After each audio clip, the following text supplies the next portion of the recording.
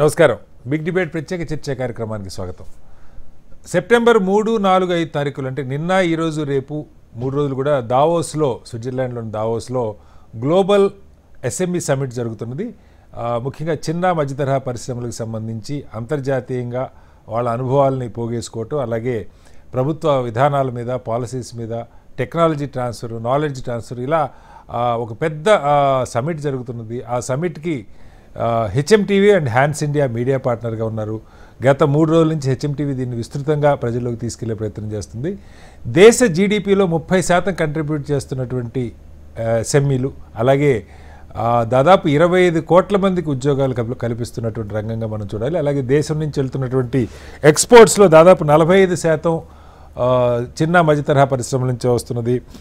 మొత్తం మ్యానుఫ్యాక్చరింగ్లో 35% ఈ చిన్న మధ్యతరహా పరిశ్రమల నుంచే వస్తుంది. ఇంత ప్రాముఖ్యత కలిగి మోర్ లేబర్ ఇంటెన్సివ్ అయినటువంటి ఈ వ్యవసాయ రంగం తర్వాత అత్యధికంగా ఉపాధి పొందుతున్నటువంటి రంగమైనటువంటి ఎస్ఎంఈలకు సంబంధించి ఉన్న సమస్యలు ఏమున్నాయి, ప్రభుత్వ విధానాలు ఎలా ఉన్నాయి, అలాగే టెక్నాలజీ వాళ్ళకి అందుబాటులోకి వస్తున్నదా, బ్యాంకుల నుంచి సపోర్ట్ ఎలా ఉన్నది, మార్కెట్ ఎలా ఉన్నది, ఈ ఎన్ని అంశాల మీద ఈరోజు ఒక ప్రత్యేకమైన డిబేట్ని హెచ్ఎంటీవీ కండక్ట్ చేస్తుంది. హెచ్ఎంటీవీ యాజమాన్యంతో పాటుగా ఒక బృందం దావోస్ వెళ్ళి అక్కడ ఉన్నటువంటి పారిశ్రామికవేత్తలతో వాళ్ళ అనుభవాలని పంచుకునేటువంటి ప్రయత్నం చేస్తుంది. స్వయంగా హెచ్ఎంటీవీ మేనేజింగ్ డైరెక్టర్ గారు హనుమంతరావు గారు, అలాగే హెచ్ఎంటీవీ మీడియా బిజినెస్ ఎక్స్పర్ట్ అయినటువంటి మురళి గారు కూడా దావోస్లోనే ఉన్నారు. వాళ్ళు అక్కడ ఉన్నటువంటి పారిశ్రామికవేత్తలతో ఇంటరాక్ట్ అవుతున్నారు, సమస్యలు తెలుసుకునే ప్రయత్నం చేస్తూ ఉన్నారు. ప్రభుత్వానికి పరిశ్రమకి మధ్య కొంత సంధానం చేసేటువంటి ప్రయత్నం కూడా హెచ్ఎంటీవీ చేస్తున్నది. ఈ డిబేట్లో మనతో శ్రీరామ్ గారు, స్కార్లెట్ ఇండస్ట్రీస్ హైదరాబాద్ వారు మనతో జాయిన్ అవుతున్నారు. అలాగే రామన్ గారు, గో ఐటీ ఇండస్ట్రీస్ వారు కూడా CEO గో ఐటీ ఇండస్ట్రీస్, వారు కూడా ఐటీ స్టార్టప్, ఆయన కూడా మనతో ఉన్నారు. అలాగే స్విట్జర్లాండ్ నుంచి అమర్కవి గారు గత 25 సంవత్సరాలుగా స్విట్జర్లాండ్లో స్కా అనేటువంటి ఒక గ్రూప్ను రన్ చేస్తూ ఉన్నారు. మల్టిపుల్ ఫీల్డ్స్లో ఉన్నారు అమర్కవి గారు. అలాగే మనతో డాక్టర్ శంకర్ ప్రసాద్ గారు కూడా జాయిన్ అవుతున్నారు. వారు కూడా అపారమైన అనుభవం టెక్నోప్రెన్యూర్ వారు. అలాగే చాలా కంపెనీస్కి బిజినెస్ అడ్వైజర్గా, కన్సల్టెంట్గా కూడా శంకర్ ప్రసాద్ గారు కూడా ఉన్నారు. ఈ నలుగురితో మనం వివరాలు తెలుసుకునేటువంటి ప్రయత్నం చేద్దాం. ముందుగా శ్రీరామ్ గారు నమస్కారం. నమస్కారం. శ్రీరామ్ గారు, మీరు మనకి తెలుగు రాష్ట్రాల్లో దాదాపు 25 సంవత్సరాల నుంచి మీరు పరిశ్రమలు నడుపుతున్నారు, ఒక మీడియం ఇండస్ట్రీ నడుపుతున్నారు. ఏంటి మీ అనుభవాలు ఈ 25 సంవత్సరాల్లో? అనేక ప్రభుత్వాలు అటు జాతీయ స్థాయిలో, రాష్ట్రంలో ప్రభుత్వాలు మారుతూ ఉంటాయి, ఆటుపోట్లను చూసుంటారు, టెక్నాలజీ మారిపోతుంది, ఎంప్లాయ్మెంట్, యూత్ ఎలాంటి వాళ్ళు, ఎలాంటి మ్యాన్ పవర్ దొరుకుతుంది, కొత్త టెక్నాలజీ అప్గ్రేషన్కి సంబంధించి ఏం జరుగుతుంది, మొత్తంగా మీ ఎక్స్పీరియన్సెస్, మీరు ఏం ఎక్స్పెక్ట్ చేస్తున్నారు సరే మరింతగా ఈ రంగాలు గ్రో కావాలంటే? నమస్కారం అండి. ఓకే, వ్యవసాయ రంగం మీద అవగాహన ఉన్న వాళ్ళకి రైతుకి ఏ సమస్యలు ఉంటాయో సహజంగా స్మాల్ అండ్ మీడియం ఎంటర్ప్రైజెస్ కి, ప్రత్యేకించి తయారీ రంగంలో ఉన్నటువంటి చిన్న మధ్య తరహా పరిశ్రమలు కూడా దాదాపు అలాంటి సమస్యలే ఉంటాయి. ఓకే, సో ఎలాగైతే రైతు పంటని ఎప్పటికప్పుడు కాపాడుకుంటా ఉండి కొత్త ధనాలకు వెళ్తూ ఉంటారో, చిన్న మధ్య తరహా పరిశ్రమల వారు కూడా ఎప్పటికప్పుడు ఎలాంటి కొత్త వ్యాపార అవకాశాలు ఉన్నాయి, ఎలాంటి కొత్త టెక్నాలజీస్ వస్తున్నాయి, ఆ కొత్త టెక్నాలజీ సంబంధించినటువంటి మనకు ఉన్నటువంటి మానవ వనరులను ఎలా అభివృద్ధి చేసుకోవాలి, అంటే వాళ్ళ నైపుణ్యాన్ని ఎలా అభివృద్ధి చేసుకోవాలి, దీని మీద నిత్యము అది మాస్ ప్రొడక్షన్ లో ఉండొచ్చు కావచ్చు, అలాగే technology driven defence, aerospace, space products అయినా కావచ్చు, ఏదైనా కూడా ప్రపంచవ్యాప్తంగా వస్తున్నటువంటి మార్పుల్ని ఎప్పటికప్పటికి అవగాహన చేసుకుంటూ దాన్ని అన్వయించుకుంటూ ఉండవలసినటువంటి పరిస్థితి ఉంటుంది. అలాగే మీరు గత 25-30 సంవత్సరాల నుంచి తయారీ రంగం, బేసిక్ గా స్మాల్ అండ్ మీడియం ఎంటర్ప్రైజెస్ చూసినట్టయితే మనకి గ్లోబల్ ఎకానమీ, అంటే పివి నరసింహారావు గారు the father of Indian economy అని చూసినప్పుడు అక్కడి నుంచి మనం ఒక ఇండస్ట్రీకి, అంటే ఒక మధ్యతరగతి, చిన్న మధ్య తరగతే కాదు, ప్రధానంగా మ్యానుఫ్యాక్చరింగ్ సెక్టార్ కి గ్లోబల్ ఆపర్చునిటీస్ వచ్చినాయి. దాంట్లో మనకి ప్రధానంగా మనం అభివృద్ధి చెందిన రెండు రంగాలు చూసుకుంటే, ఆటోమొబైల్ రంగంలో ఒక స్థాయి వరకు మనము మారుతి కావచ్చు, హుండాయ్ కావచ్చు, ఈ మధ్య కియా కావచ్చు, అన్ని చూసినట్టంటే అది ఒక ప్రొడక్ట్ లెవెల్లో రావటము, దాని తర్వాత దానికి సంబంధించిన సప్లై చైన్ లో కూడా భారతదేశంలో ఉన్నటువంటి చిన్న మధ్య తరహా సంస్థలు కొన్ని బాగా ఎలివేట్ అయి చేయడం జరిగింది. దీనికి సంబంధించినటువంటి టూలింగ్ కానీ, అలాగే స్పెషల్ పర్పస్ మిషన్స్ కానీ, అలాగే సిఎన్సి మిషన్స్ తయారీ రంగం కూడా భారతదేశంలో అభివృద్ధి చెందడం జరిగింది.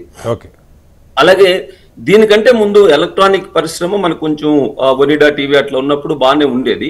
కానీ కొన్ని పాలసీల వల్ల, ఎందుకు చెప్తున్నా అంటే ఇది ప్రభుత్వ పాలసీ వల్ల ఇండస్ట్రీ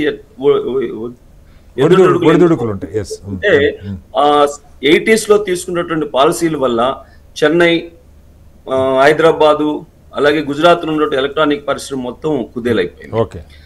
సో తర్వాత మనం చూసుకున్నప్పుడు ఏంటంటే, ఎప్పుడైతే డిఫెన్స్ పరిశ్రమలు భారతదేశంలో ఉన్నటువంటి డిఆర్డిఓ కావచ్చు, అలాగే బీడీఎల్, హెచ్ఎల్ లాంటివి ఎప్పుడైతే బయట కంపెనీల నుంచి అవుట్ సోర్స్ మొదలు పెట్టిందో, ప్రధానంగా హైదరాబాదు, బెంగళూరులో ఉన్నటువంటి టెక్నాలజీ డ్రివెన్ చిన్న మధ్య తరహా పరిశ్రమలు అభివృద్ధి చెందడం జరిగింది. తద్వారా చాలా కంపెనీలు ఇప్పుడు ఎక్స్పోర్ట్స్ కూడా చేయడం జరుగుతుంది. అంటే ఎందుకు చెప్తానంటే, మారుతున్న పరిస్థితులకు అనుగుణంగా పరిశ్రమదారు ఎప్పుడైతే అన్వయించుకుంటూ పోతుంటాడో అవకాశాలు ఉంటాయి. ఇది జనరల్ గా జరుగుతున్నటువంటి ఇది. సో దీనికి ప్రభుత్వాలు ఏం చేయాలన్నప్పుడు, నేను ఏదైతే మనకి ఎలక్ట్రానిక్స్ పరిశ్రమ ఎలా అయితే ప్రభుత్వం తీసుకున్న నిర్ణయం వల్ల కుదేలైందో, సహజంగా మనం ఏం మాట్లాడుతుంటే ఫైనాన్స్ ఒక సమస్య, మార్కెటింగ్ ఒకటి, మానవ వనరులు ఒకటి, ఇవి మాట్లాడుతూ ఉంటాం.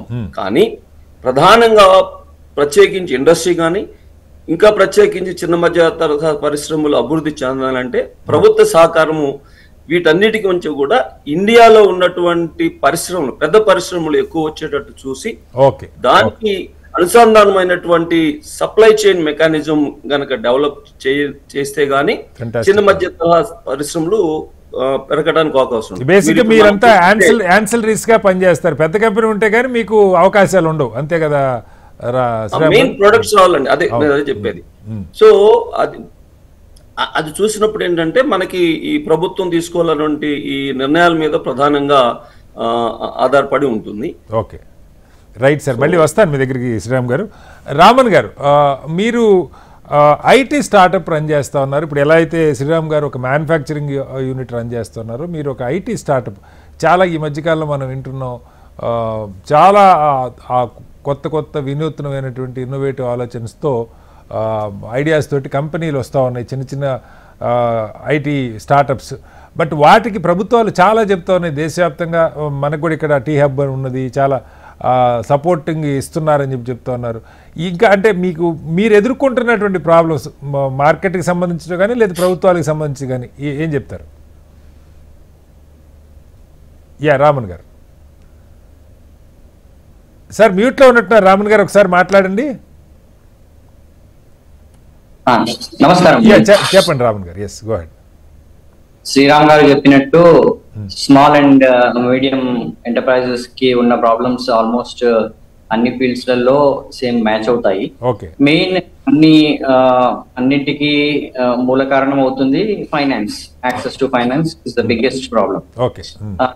ఎందుకు అంటే పెద్ద కంపెనీలు వాళ్ళు ఏదైనా ప్రోడక్ట్ తీసుకొచ్చినా అది ఏమన్నా వర్కౌట్ అవ్వకున్నా కూడా they can sidetrack or they can divert, right? So కానీ చిన్న కంపెనీలు మాత్రం అలా చేయలేవు.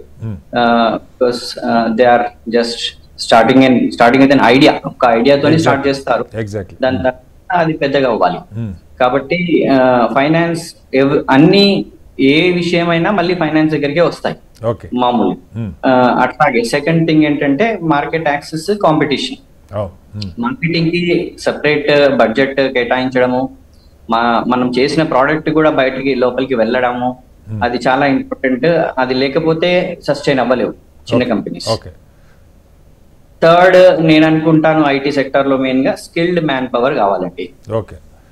మ్యాన్ పవర్ కి ఎక్స్పెన్సివ్ ఉంటుంది ఎలాగైనా. Skilled man power specially IT sector లో మెయిన్ ప్రాబ్లమ్స్ ఉంటాయి. మిగతా ప్రాబ్లమ్స్ అన్ని ఇండస్ట్రీలో ఉండేవే, డిలేడ్ పేమెంట్స్ ఉంటాయి, క్యాష్ ఫ్లో ప్రాబ్లమ్స్ ఉంటాయి. కాకపోతే ఇప్పుడున్న ఎన్వైరన్మెంట్ సిచ్యువేషన్ ఎలా లాస్ట్ 2-3 years నుండి చేంజ్ అయ్యేది ఏంటంటే, ఒకేసారి మల్టిపుల్ ఇన్నోవేషన్స్ వస్తున్నాయి వరల్డ్ లో. ఏఐ వస్తుంది, క్వాంటమ్ కంప్యూటింగ్ అంటున్నారు, ఈవిటోల్ అంటే electronic vertical take off machines వస్తున్నాయి, రోబోటిక్ వస్తుంది.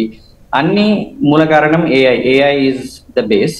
కానీ ఏఐతో పాటు మిగతాయి కూడా డెవలప్ అవుతున్నాయి. ఏఐ టచ్ చేసే ఫీల్డ్ డైవర్స్ ఫీల్డ్స్. ఇంతకు ముందు ఒకటో ఫీల్డ్ టచ్ చేసేవి, ఏఐ అన్ని ఫీల్డ్స్ లలో క్రిప్ట్ అవుతుంది.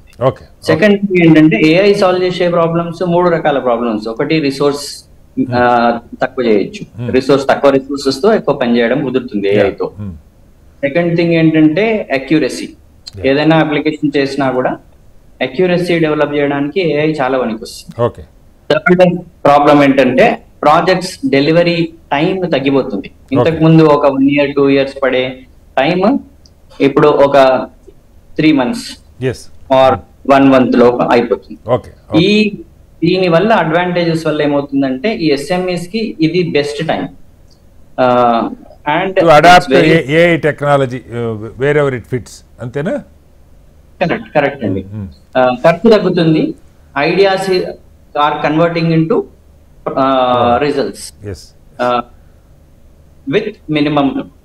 ఇంతకు ముందు ఎవరైతే అనుకునే వాళ్ళో దట్ చాలా ఎక్స్పెన్సివ్, మన ఐడియా ఉంది కానీ మేము కన్వర్ట్ చేయలేకపోతున్నాం, మార్కెట్కి వెళ్ళలేకపోతున్నాం అనే వాళ్ళందరికీ ఇప్పుడు చాలా వస్తుంది. ఇది కరెక్ట్ టైం అందరికి. రామన్ గారు మళ్ళీ వస్తారు. మనతో శంకర్ ప్రసాద్ గారు కూడా జాయిన్ అయ్యారు, సీనియర్ టెక్నోప్రెన్యూర్ అలాగే senior business advisor. Shankar Prasad garu నమస్కారం. మీరు కెమెరా కొంచెం హారిజాంటల్గా పెట్టుకుంటే బాగుంటుంది సార్. ముందుగా మీ ఇద్దరికి, అమర్కవి గారు, శంకర్ ప్రసాద్ గారికి ప్రత్యేక ధన్యవాదాలు. మీరిద్దరూ దావోస్లో ఆ సదస్సులో ఉండి కూడా హెచ్ఎంటీవీ చేస్తున్నటువంటి ప్రయత్నానికి మద్దతుగా మీరిద్దరూ డిబేట్లో జాయిన్ కావటం రియల్లీ హ్యాపీ, అమర్కవి గారు అండ్ శంకర్ ప్రసాద్ గారు. ముందుగా విల్ స్టార్ట్ విత్ యూ అమర్కవి గారు. అమర్కవి గారు, మీరు దాదాపు 25 సంవత్సరాలుగా స్విట్జర్లాండ్లో ఉంటున్నారు. గతంలో ఏపీ ప్రభుత్వానికి అడ్వైజర్గా కూడా ఇండస్ట్రియల్ డెవలప్మెంట్కి సంబంధించి మీరు పనిచేశారు. ఏంటి ఇప్పుడు మీరు ఒక మ్యానుఫ్యాక్చరింగ్ సెక్టర్కి సంబంధించిన శ్రీరామ్ గారి వాయిస్ విన్నారు, అలాగే ఐటీ స్టార్టప్లో ఉన్నటువంటి రామన్ గారి వెర్షన్ కూడా విన్నారు. బేసిక్గా అక్కడ జరుగుతున్నటువంటి కసరత్తు ఏంటి? 3 రోజుల కసరత్తు చాలా పెద్ద ఎత్తున ప్రపంచవ్యాప్తంగా ఉన్న, గతంలో మనందరికీ తెలుసు తెలుగు రాష్ట్రాల్లో దావోస్ అంటే చంద్రబాబు గారి ద్వారానే దానికి పాపులారిటీ వచ్చింది, ఆయన ప్రత్యేకంగా వెళ్ళేవాళ్ళు. ఇప్పుడు కూడా ఏపీ పరిశ్రమల మంత్రి అక్కడికి వచ్చినట్టున్నారు, చిన్న మధ్యతర పరిశ్రమల మంత్రి శ్రీనివాస్ గారు. ఏం జరుగుతుంది, ఏ రకంగా ఆంధ్రప్రదేశ్కి కానీ అలాగే ఇటు తెలంగాణకు కానీ పరిశ్రమలను ఆకర్షించడంలో, లేదు ఇక్కడున్న పరిశ్రమలకు సంబంధించిన సమస్యలకి పరిష్కారాలు అన్వేషించడంలో ఏ మేరకు ఆ సదస్సు దోహదపడుతుంది అమర్కవి గారు? థ్యాంక్స్ అండి. అదే మీరు చెప్పినట్టు 2016-17లో ఆంధ్రప్రదేశ్ కి ఏపీ ఎకనామిక్ డెవలప్మెంట్ కి రిప్రజెంటేటివ్ కింద చేశాము. అప్పట్లో మంచి ఎక్స్పీరియన్స్, చంద్రబాబు నాయుడు గారితో పనిచేయడం, ఆయన తాలూకు ఇనిషియేటివ్స్ దగ్గరగా చూడడం లేదు. But coming back to the summit, ఇక్కడ వీళ్ళు జరుగుతున్న సమ్మిట్ గ్లోబల్ స్కేల్ కాబట్టి ఇక్కడ అన్ని దేశాల వాళ్ళు వచ్చారు, ఆఫ్రికా వచ్చారు, అట్లానే మన ఏషియా నుంచి కూడా పాకిస్తాన్, బంగ్లాదేశ్ లో వేరియస్ కంట్రీస్ వచ్చాయి. ఇండియా నుంచి రిప్రజెంటేషన్ గా మన ఆంధ్ర మినిస్టర్ గారు కూడా వచ్చారు, కొండపల్లి శ్రీనివాస్ గారు ఎంఎస్ఎంఈ మినిస్టర్ గారు. ఎంఎస్ఎంఈ సెక్టర్ అనేది చాలా చాలా ఇంపార్టెంట్ సెక్టర్ అండి. When it comes to the development of any state కానీ, లేదంటే ఒక కంట్రీ కానీ, ఒక రీజన్ కానీ, లేదంటే ఒక ప్రాంతం కానీ డెవలప్ అవ్వాలంటే ఎంఎస్ఎంఈ సెక్టర్ అనేది చాలా ఇంపార్టెంట్. ఎందుకంటే మీకు వరల్డ్ బ్యాంక్ లేటెస్ట్ ఒక ట్రెండ్ తీసుకున్న ప్రకారం చూసుకుంటే ఎంఎస్ఎంఈ సెక్టర్ అనేది accounts total 90% of the all over the businesses అండి. అంటే మీరు ప్రపంచంలో రన్ అవుతున్న బిజినెస్ అన్ని చూసుకుంటే 90% ఎంఎస్ఎంఈ బిజినెస్ లే. అందులో 50% of the world employment is coming from the MSME sector. So ఈ సెక్టర్ ని ప్రమోట్ చేయడం అనేది చాలా సిగ్నిఫికెంట్. ఎస్పెషల్లీ ఇప్పుడు ఆంధ్రప్రదేశ్ లో మన అన్ఎంప్లాయ్మెంట్ ఎక్కువ, లేదంటే మన ఇండియాలో అన్ఎంప్లాయ్మెంట్ ఉన్న తెలంగాణ రాష్ట్రంలో ఎక్కడైనా కానండి, ఈ ఎంఎస్ఎంఈ సెక్టర్ మీద ఫోకస్ అనేది చాలా ఇంపార్టెంట్ అండి. ఎందుకంటే ఇది ఇక్కడ మనం ఫోకస్ చేసి మీరు పెద్ద పెద్ద కంపెనీలు తీసుకురావచ్చు, కొన్ని వేల కోట్లు వాళ్ళు పెట్టచ్చు, కానీ ఇప్పుడు మీరు ఎంఎస్ఎంఈ సెక్టర్ మీద కానీ సిగ్నిఫికెంట్ ఫోకస్ కూడా ఇస్తే మీకు ఇదేమవుతుందంటే 2 సైడ్ డెవలప్మెంట్ కూడా కరెక్ట్ గా ఉంటుంది. మీకు చిన్నకారు రైతుల దగ్గర నుంచి కానీ, లేదంటే మీకు ఈ చిన్న చిన్న వ్యాపారస్తులు కానీ, లేదంటే ఒక ఇన్నోవేషన్ టెక్నాలజీ ట్రాన్స్ఫర్స్ తోటి, లేదంటే ఒక ఆర్టిఫిషియల్ ఇంటెలిజెన్స్ తోటి చిన్న చిన్న కంపెనీలు స్టార్ట్ చేసుకున్న అందరికీ కూడా ఒక ఎకో సిస్టమ్ అనేది మీరు బిల్డ్ చేయాలి. ఇక్కడ స్విట్జర్లాండ్ లో ఏంటంటే వాళ్ళు ఒక మంచి ఇన్వెస్ట్మెంట్ అట్లానే ఒక ఫైనాన్స్ ఎకో సిస్టమ్ బిల్డ్ చేసుకుని పెట్టుకున్నారు. ఓకే. సో అట్లాగా చూసారనుకోండి, ఇండియాలో Switzerland investments as of 2021 they are the among the top investors in India. Okay. Okay. So they have very strong interest in collaborating with India. So నా suggestion ఏంటంటే Indian MSME contribution ఏదైతే ఉందో వాళ్ళు జాగ్రత్తగా ఈ ఇంటర్నేషనల్ కొలాబరేషన్స్ చేసుకుంటూ చక్కగా ఈ సెక్టర్ డెవలప్ చేసుకుంటే, ప్రస్తుతానికి నాకున్న according to the minister of MSME తాలూకు లేటెస్ట్ స్టాటిస్టిక్స్ చూస్తే MSME sector 29% contribution to the GDP of the country. So exactly 111 million people are getting employed from the sector with in India. నా suggestion ఏంటంటే దీన్ని మనం international partnerships తీసుకొస్తే, ఇప్పుడు Davos లో మనం చేస్తున్న గ్లోబల్ ఎస్ఎంఈ సెక్టర్ అది చూసుకున్నా గానీ, ఇలా చూసుకుంటే ఈ సెక్టర్స్ తో కానీ మనం పార్ట్నర్షిప్స్ ఇంటర్నేషనల్ కొలాబరేషన్ తీసుకురాగలిగితే significantly you can enhance the MSME sector through innovation ఖచ్చితంగా ఎంకరేజ్ చేయాలి. ఇప్పుడు స్విట్జర్లాండ్ లో ఈటీహెచ్ కానీ ఈపీఎఫ్ఎల్ కానీ ఇలా చాలా వరకు innovation billions of dollars government invest చేసి ఆ ఇన్నోవేషన్ ప్రొవైడ్ చేస్తుంది. అట్లానే ఐఎమ్ షూర్ చంద్రబాబు నాయుడు గారు being a visionary he must be doing the same in Andhra Pradesh. అట్లానే మిగతా ఏదైనా సెగ్మెంట్ టెక్నాలజీ ఎంకరేజ్మెంట్ కానీ, ఒక బెస్ట్ ప్రాక్టీసెస్ తీసుకురావడం కానీ, ఒక ఇంప్రూవ్మెంట్ ఆఫ్ ది క్వాలిటీ తీసుకొస్తే ఆ ఆస్పెక్ట్స్ లోకి success rate for MSME sector will be high అండి. కదా right initiatives, right strategy plans పెట్టుకుంటే ఆంధ్రప్రదేశ్ కాదు, తెలంగాణ కాదు, తెలుగు రాష్ట్రాలు కాదు, మొత్తం ఇండియా కూడా tremendous potential for growth, especially around the economic development అండి. International partnerships are very very key in this sector. So I'm very happy that ఈ రోజు ఇక్కడ సమ్మిట్ లో ఒక ఆంధ్రప్రదేశ్ నుంచి మాత్రమే ఎంఎస్ఎంఈ మినిస్టర్ గారు వచ్చారు. But I would encourage that whole India kind of takes this initiative to participate across to building the international partnerships around the sustainable growth. Right, sir. So we can debate further, but this is my view, and just I want to put my 2 cents on the table for the rest of the conversation. Sure, sir. మళ్ళీ వస్తాను మీ దగ్గరికి అమర్కవి గారు. శంకర్ ప్రసాద్ గారు, sir మీరు దశాబ్దాలుగా నమస్తే sir. First of all చాలా సంతోషం మాకు, మీరు అంత బిజీ షెడ్యూల్లో 3 రోజుల ఆ సదస్సులో ఉండి కూడా హెచ్ఎంటీవీ చేస్తున్న ఈ ప్రయత్నానికి మద్దతుగా మీరు మీ ఎక్స్పీరియన్స్ షేర్ చేసుకోవడం కోసం మాతో జాయిన్ అయ్యారు. Really happy and thank you very much Shankar Prasad గారు. అందరికీ నమస్కారం అండి. శంకర్ ప్రసాద్ గారు, దశాబ్దాలుగా మీరు చూస్తూ ఉంటారు, ఈవెన్ దావోస్ లాంటి సదస్సులే దాదాపు ఒక 10-15 ఏళ్ల నుంచి చంద్రబాబు గారు ముఖ్యమంత్రిగా ఉన్నప్పుడు చాలా సందర్భాల్లో ఆయన అక్కడికి వెళ్తున్నారు, చాలా రాష్ట్రాల నుంచి రిప్రజెంటేషన్ ఉంటుంది. ఇప్పుడు మన శ్రీరామ్ గారు లేకపోతే రామన్ గారు వాళ్ళు కొన్ని ఇష్యూస్ చెప్పారు. వ్యవసాయ రంగం ఎలాంటి సమస్యలను ఎదుర్కొంటుందో అలాంటి సమస్యలనే ఎస్ఎంఈ రంగం కూడా ఎదుర్కొంటుంది. దానికి తోడుగా ఒక కీలకమైన పాయింట్ శ్రీరామ్ గారు చెప్పారు సార్, మీరు గమనించారు. అంటే ఏదైనా ఒక పెద్ద ఇండస్ట్రీ వస్తే ఆటోమేటిక్గా ఎస్ఎంఈలకి స్పేస్ పెరుగుతుంది. ఆటోమొబైల్ ఇండస్ట్రీ కానీ, లేకపోతే కంపెనీలు పెద్ద పెద్ద ఫార్మా ఇండస్ట్రీ కానీ, లేకపోతే ఎలక్ట్రానిక్స్ కానీ, ఇప్పుడు సెమీ కండక్టర్ ఇండస్ట్రీ కానీ మనం వింటున్నాం. ఈ రంగాలు కనుక బలంగా భారత్లోకి రాగలిగితే ఏ రాష్ట్రానికి వచ్చినా కూడా ఆటోమేటిక్గా వాళ్ళ దగ్గర నుంచి ఆర్డర్స్ తీసుకొని వీళ్ళు గ్రూ కావడానికి పెరగడానికి అవకాశం ఉంటుంది అనేది ఒక పాయింట్ చెప్తున్నారు. మనం దశాబ్దాలుగా భారతదేశం నుంచి సార్ మీరు చూస్తున్నారు, ఇలాంటి సదస్సులకి మనం వెళ్తున్నాం, మనం ఇక్కడ సదస్సులు కండక్ట్ చేస్తున్నాం. దానికి వైబ్రెంట్ గుజరాత్ దగ్గర నుంచి మొదలు పెడితే ఏపీలో, తెలంగాణలో ఇలాంటి బోల్డ్ అన్ని లైక్ ఇండస్ట్రీ ఎక్స్పో అను లేదంటే ట్రేడ్ సమిట్స్ ఇలాంటివి జరుగుతూ ఉంటున్నాయి. అయితే ఏ మేరకు అవి కన్సాలిడేట్ అవుతున్నాయి, ఏ మేరకు ప్రభుత్వాలు పెద్ద వాటి మీద పెట్టిన ఫోకస్ ఈ ఎంఎస్ఎంఈల మీద ప్రభుత్వాలు, ఎందుకంటే ట్రైన్డ్ పీపుల్ కూడా వారు చెప్పారు. ఇప్పుడు ఐటీఐ ఇప్పుడు తెలంగాణలో ఐటీఐస్ని రిజ్యూనేట్ చేసేటువంటి ఒక ప్రయత్నం చెప్తా ఉన్నారు. వ్యవసాయ రంగం నుంచి చాలామంది బయటికి రావాలనుకుంటున్నారు, మనం చూస్తున్నాం సార్. అక్కడ ఆదాయాలు తక్కువ ఉన్నాయి, మెకనైజేషన్ వస్తుంది, ఉపాధి తగ్గుతున్నది. సో వాళ్ళకి గౌరవంగా ఏదో సాఫ్ట్వేర్ ఉద్యోగాలు కాకపోయినా కనీసం దగ్గరలో ఉన్నటువంటి ఒక పట్టణంలో ఒక చిన్న పరిశ్రమలో వాళ్ళు పనిచేసుకునేటువంటి అవకాశం కోసం లక్షల మంది ఎదురు చూస్తున్నారు. శంకర్ ప్రసాద్ గారు, ఎక్కడ గ్యాప్? ఇక్కడ ఒకటి అండి గ్యాప్ ఉంది. ఇప్పుడు మీరు ఇందాక అన్నారు ఒకటి ఏంటంటే ఒక పెద్ద ఇండస్ట్రీ వస్తే చుట్టూ యాన్సిలరీ వస్తాయని. ఒక విధంగా కరెక్టే, కానీ దాన్ని మీరు ప్రాక్టికల్ గా తీసుకుంటే ఆ టైం అయిన కొద్దీ ఏంటంటే ఈ especially small companies, medium clients ఆ టెక్నాలజీ అప్గ్రేడ్ చేసుకోవట్లేదు. మీరు ఇప్పుడు ఎగ్జాంపుల్ స్టీల్ ప్లాంట్ చూసారు, ఎంటైర్ గాజువాక ఏరియాలో మోర్ దాన్ 2000 ఇండస్ట్రీస్ ఉన్నాయి. దాంట్లో 70% సిక్ అయిపోయాయి. ఎందుకు? వాళ్ళు టెక్నాలజీ అప్గ్రేడేషన్ చేసుకోలేదు. దానికి వాళ్ళని కూడా బ్లేమ్ చేయలేము, because there are financial conditions, government suppose to lot of things are there. But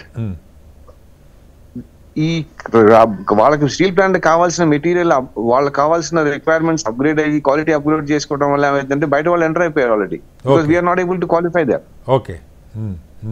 okay. Second thing is మన దగ్గర క్లస్టర్ బేస్డ్ అప్రోచ్ లేదండి. అంటే ఇప్పుడు domain based parks or product based parks. ఇప్పుడు ఎగ్జాంపుల్ ఒక 10 ఇండస్ట్రీస్ ఉన్నాయి, 20 industries ఉన్నాయి, వాళ్ళందరూ సేమ్ డొమైన్ వాళ్ళగా కలిస్తే ఒక కామన్ ఫెసిలిటేషన్ చేసుకుంటే ఈ టెక్నాలజీ అప్గ్రేడేషన్, ఈ హై అండ్ మెషినరీ ఇట్లాంటివి ఏవైతే వస్తాయో those things we can get under common facilities. అది వాళ్ళు సొంతగా కొనుక్కోలేరు.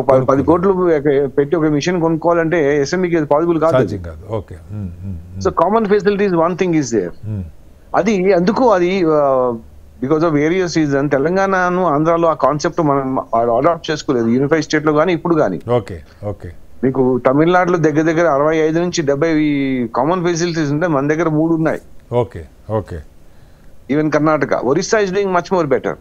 సో ఇక్కడ ఈ అసోసియేషన్స్ వాళ్ళు కూడా ఇండస్ట్రీస్ అన్లెస్ అంటే అందరూ సమిష్టిగా వస్తేనే కానీ దీనికి సొల్యూషన్ అండి. ఒక పాయింట్. రెండో పాయింట్, ఇందాక శ్రీరామ్ గారు అన్నారు availability of the finance. Yes, అది కూడా వెరీ క్రూషియల్ అండి. సో దానికోసం ఏంటంటే నేను after I join as the principal technical advisor for minister of MSME Andhra Pradesh లో, నేను minister Kondapalli Srinivas garu we are regularly interact with the bankers. ఎందుకంటే ఈ కోవిడ్ వల్ల కానివ్వండి, because of various government schemes వల్ల గవర్నమెంట్ వాళ్ళు పట్టించుకోపోవటం వల్ల ఒక కైండ్ ఆఫ్ అపనమ్మకం వచ్చింది ఇండస్ట్రీకును బ్యాంకులకి. ఒక బిగ్ వచ్చింది అనమాట. వీళ్ళు వాళ్ళ నంబరు, వాళ్ళని వీళ్ళ నంబరు. ఇప్పుడు then we try to have a some kind of a peace making. అసలు వీళ్ళ ప్రాబ్లమ్స్ ఏంటి, వాళ్ళు ఏంటి. ఐ డోంట్ థింక్ 100% మేము సొల్యూషన్ అని అనలేను, బట్ ఆ ఏదైతే అపోహలు అనేవి ఉంటాయో we are trying to create the things. అట్లానే బ్యాంకులకు కూడా అలా కాదండి మేము చెప్తున్నాము. అండ్ అదర్ మేజర్ థింగ్ ఈ central government credit guarantee scheme ఒక పెట్టింది. Because of various reasons banks వాళ్ళు సరిగా సపోర్ట్ చేయట్లేదు. So now we are trying to speak to the bankers. Bankers కి almost we had 8 నుంచి 10 మీటింగ్స్ అయ్యాయి. వీటిని ఫండింగ్ వాళ్ళకి ఏ విధంగా మనం సపోర్ట్ చేయాలి. So these are all the steps we are taking. And ఇప్పుడు Chandrababu Naidu garu has given a vision of ఒక ఫ్యామిలీ వన్ ఎంటర్ప్రెన్యూర్షిప్ అని ఒకటి మాకు ఒక టాస్క్ ఇచ్చారు. సో దాంట్లో ఇక్కడ మీరు ఉద్యోగాలు అనక కావాలి, కానీ ఒక 10 మంది స్టూడెంట్స్ లో తీసుకుంటే దాంట్లో 3 కనుక మనం ఎంటర్ప్రెన్యూర్ దగ్గర తయారు చేస్తే మిగిలిన 7 ఆటోమేటిక్ ఉద్యోగాలు వచ్చేస్తాయి. Exactly. So we have to create more entrepreneurship. And Andhra is known for entrepreneurship అండి. మీరు మేజర్ కంపెనీస్ చూడండి, majority GVK, GMR, Reddy's, everything is Andhra is origin. But సంభవ్ we lost the track. Lost 10 ఏళ్లలో ఆ ట్రాక్ పోయింది. మీరు ఫార్మాలో కానీ రియల్ ఎస్టేట్ లో కానీ any company you name, the promoters are origin of Andhra Pradesh. అది ఎక్కడో మనకు ఆ లింక్ మిస్ అయింది, ఆ స్పిరిట్ అనేది పోయింది. ఎందుకంటే రండి ఒక అపోహ అండి జనాల్లో, ఎంటర్ప్రెన్యూర్ వచ్చాక ఏదో బిగ్ సూట్ కేసు తీసుకొస్తారు అని కాదండి. Every entrepreneur will come with a kind of enthusiasm తో, ఒక స్పిరిట్ తో వస్తారండి. ఏదో చెయ్యాలి ఒక తపనతో, స్పిరిట్ తో వస్తారు. దానికి governments everything has to give an the support. ఆ స్పిరిట్ ని కిల్ చేయకూడదు. బట్ అన్ఫార్చునేట్ గా ఏమైందంటే ఒకళ్ళు చేసిన తప్పకి 100 మంది బలైనట్టు ఎవరో ఒక entrepreneur has done some mistake, unfortunately banks కానీ ఫైనాన్షియల్ ఇన్స్టిట్యూట్ అందరికి వెళ్ళిపోయాయి. ఇందాక రామన్ గారు ఒక మాట అన్నారు, ఈ గెటింగ్ ద ఫండింగ్ ఇదని. These are all the mechanisms అండి. సో వాట్ మేమేం చేస్తామంటే గవర్నమెంట్ సైడ్ నుంచి go on case by cases. అందరినీ ఒకటే దారిని గాడి కట్టద్దు, ఒక కేస్ బై కేస్ చేయండి, మీరు అనాలిసిస్ చేయండి. పోనీ ఎక్కడన్నా గవర్నమెంట్ ఇండస్ట్రీస్ గవర్నమెంట్ సపోర్ట్ కావాలి, we are ready to do that. And last point అండి, ఈ బికాస్ ఆఫ్ పాండమిక్ లో మోర్ దెన్ 30-40% ఇండస్ట్రీస్ క్లోజ్ అయిపోయాయి. సో మినిస్టర్ గారు నేను వీఆర్ ట్రైంగ్ టు డూ కొత్త ఇండస్ట్రీస్ తీసుకురావడం ఒకటి, ఉన్న క్లోజ్ అయిన వాటిని కూడా ఒక 30-40% రివైవ్ చేయగలిగితే ఆల్రెడీ వాళ్ళకి అసెట్స్ ఉన్నాయి, everything is there. So there is no, అంటే వాళ్ళని మళ్ళా కొత్తగా చేయక్కర్లేదు. So these are all the steps we are taking it out. But anyway, but because of whatever happen in the last 5 years, we're trying to regularize the things. కొంచెం we're trying to resolve the issues అండి. శంకర్ ప్రసాద్ గారు ఇంకొకటి కూడా చెప్పండి. ఇప్పుడు ఇందాకే మన అమర్కవి గారు చెప్పారు 29 రాష్ట్రాల్లో ఒక ఏపీకి సంబంధించినటువంటి ఎస్ఎంఈ మినిస్టర్ గారే అక్కడికి వచ్చారని. అది బహుశా చంద్రబాబు గారు దశాబ్దాలుగా ఏ చిన్న అవకాశాన్ని కూడా వదులుకోకుండా రాష్ట్రానికి ఇచ్చేయడం కోసం ప్రయత్నం చేస్తారు. బహుశా దాని కంటిన్యూషన్ గానీ ఇవాళ శ్రీనివాస్ గారు అక్కడికి వచ్చి ఉంటారు. మీరందరూ అంటే ఇప్పుడు మేమందరం కూడా అదేనండి. ఇక్కడ this the first type of global వస్తుంది. కానీ అందరికి ఏంటంటే అంతా అయిపోయిన తర్వాత రావడం వేరు, స్టార్టింగ్ నుంచి రావడం వేరు. ఇప్పుడు ఈవెన్ దావోస్ కూడా నాకు తెలిసినంత మటుకు చంద్రబాబు నాయుడు గారు is one of the first CM to go to Davos. Davos కానీ వెళ్ళారు. So these are the things ఏంటంటే ఇప్పుడు we're able to get so many people.